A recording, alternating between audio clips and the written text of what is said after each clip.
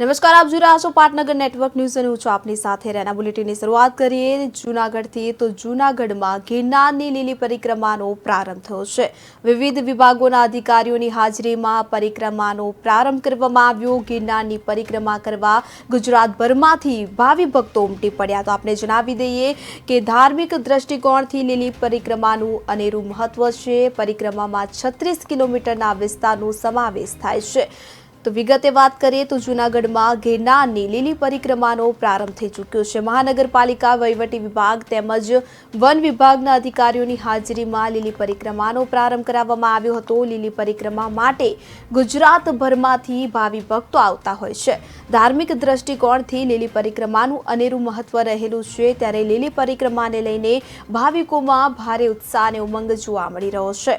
પરિક્રમામાં ભવનાથ તળેટીથી પ્રવેશ પામી ભાવિકોને જીણા બાવાની મઢી, માણવેલા અને બોરદેવી સહિતના મહત્વના પડાવથી પસાર થઈ ભવનાથ સુધી આવવાનું હોય છે કે જેમાં 36 કિલોમીટરનો વિસ્તાર આવરી લેવાયો છે।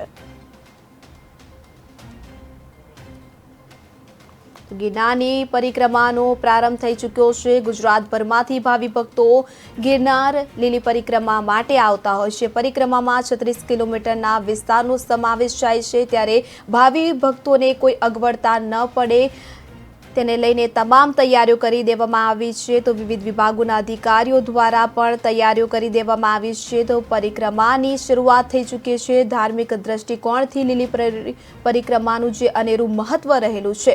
દર વર્ષની જેમ આ વર્ષે પણ લીલી પરિક્રમાનો પ્રારંભ થઈ ચૂક્યો છે। એક દિવસ અગાઉ જ પ્રારંભ કરી દેવામાં આવ્યો તો ભાવિ ભક્તોનું ઘોડાપુર ઉમટી પડ્યું છે। ત્યારે લીલી પરિક્રમાની શરૂઆત થઈ ચૂકી છે।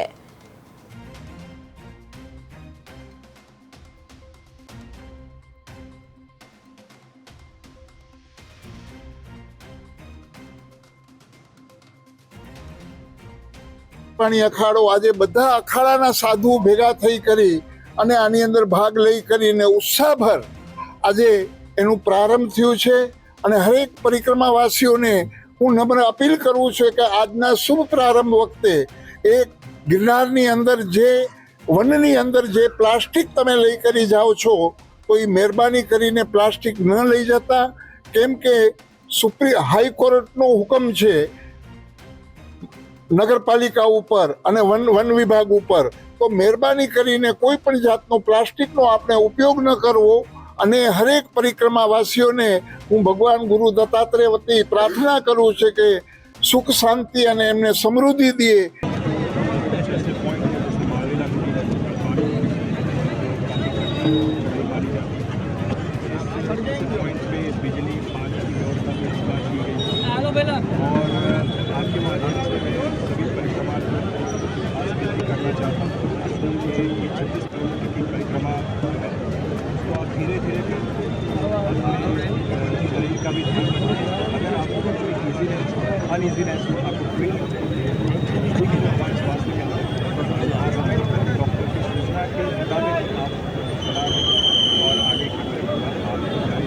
પાણી અખાડો આજે બધા